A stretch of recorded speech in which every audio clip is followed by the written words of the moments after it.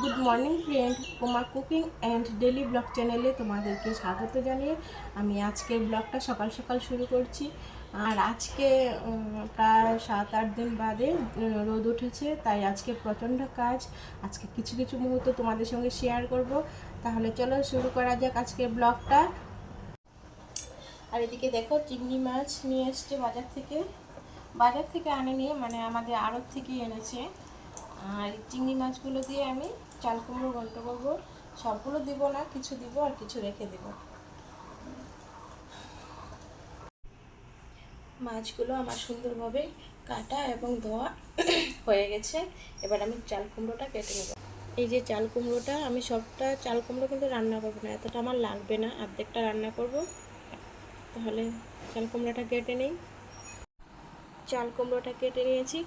এদিকে আমি গ্যাসটা ধরিয়ে দিয়েছি, আর এদিকে আমি মাছটাতে হলুদ আর লবণ মেখে নেব।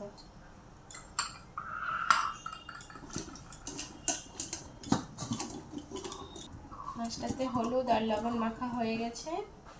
এবার মাছটাকে ভেজে নেব। কড়াইটা গরম হয়ে গেছে, এবার কড়াইতে তেল দিয়ে দিব।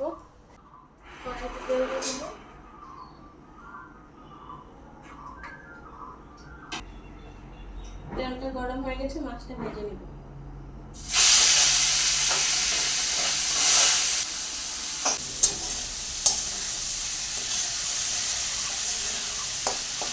সুন্দরভাবে মাছটা ভাজা হয়ে যাচ্ছে।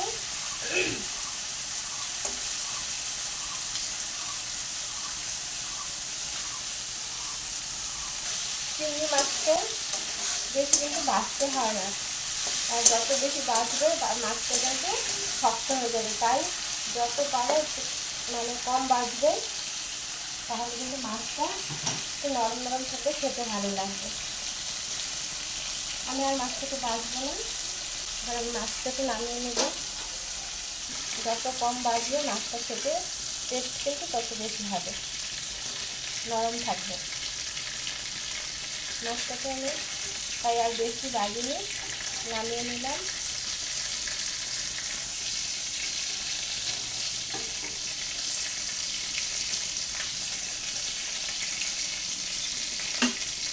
ওই তেলের মধ্যে আমি আর সামান্য পরিমাণ তেল দিয়ে দেবো।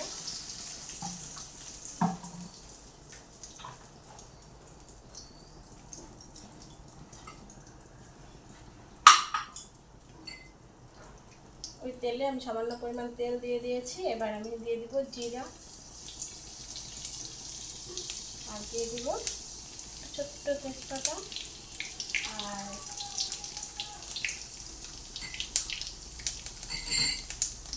দুটো একটা শুকনো লঙ্কা মাঝখানে ভেঙে।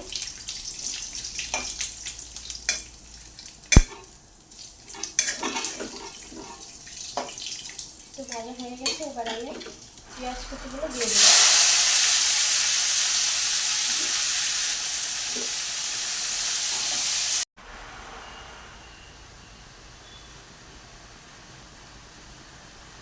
আর পরিমাণ মতো লবণ দিয়ে আমি ঢেকে দেব 5 মিনিটের জন্য।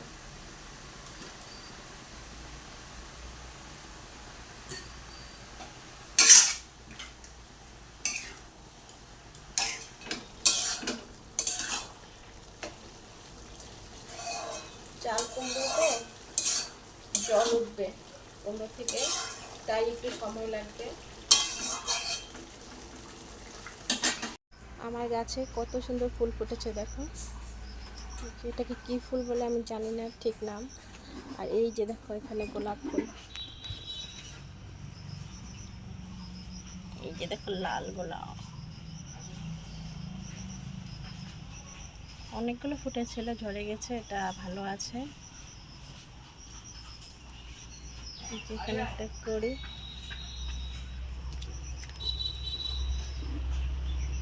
এই যে একটা করি,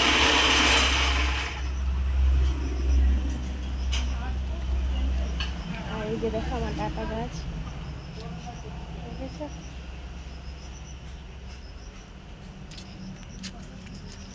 একটা হচ্ছে কমলা লেবু গাছ, এখানে দেখো। নয়নতারা ফুল, আর টবে দেখো সাদা ফুল, আর এখানে দেখো কালো দুতুরা ফুল ফুটছে, বৃষ্টির জন্য নষ্ট হয়ে গেছে।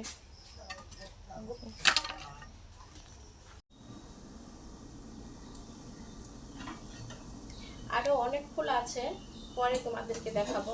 বৃষ্টির জন্য গাছগুলো কিরকম হয়ে গেছে, মানে আর একটু জঙ্গল জঙ্গল টাইপ হয়ে গেছে, তো রোদ উঠলে আবার সব ঠিক হয়ে যাবে। দেখি আমার গন্ধটার কি অবস্থা।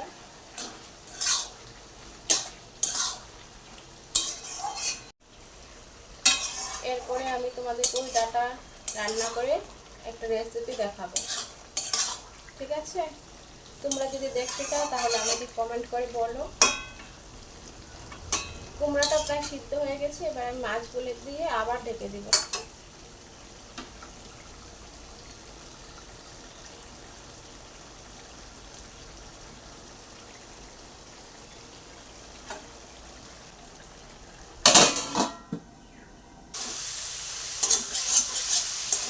ঘন্টাটা কিন্তু আমার হয়ে গেছে, এবার আমি গ্যাসটাকে অফ করে দেব।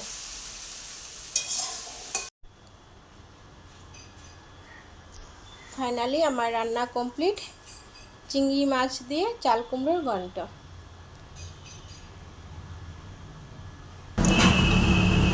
কালকে আমার শ্বশুরবাড়ি থেকে কাঁঠাল দিয়েছিল, সেই কাঁঠালটা আমি আজকে ভেঙে নিচ্ছি।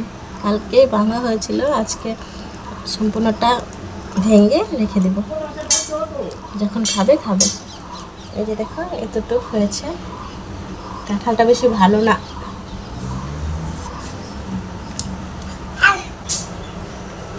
এই যে এতটুকু কাঁঠাল হয়েছে, এটা আমি রেখে দেব। আমার রান্না বান্না একদম কমপ্লিট। আমি রান্নাঘর পরিষ্কার টরিষ্কার করে একদম দেখো একদম সব পরিষ্কার করে একদম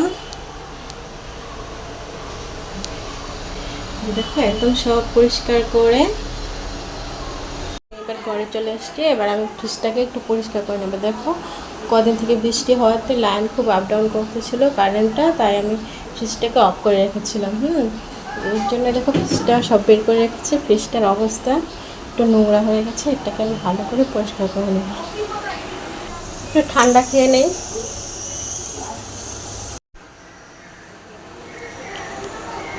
মোটামুটি আমার দুটো রান্নাঘরে পরিষ্কার হয়ে গেছে।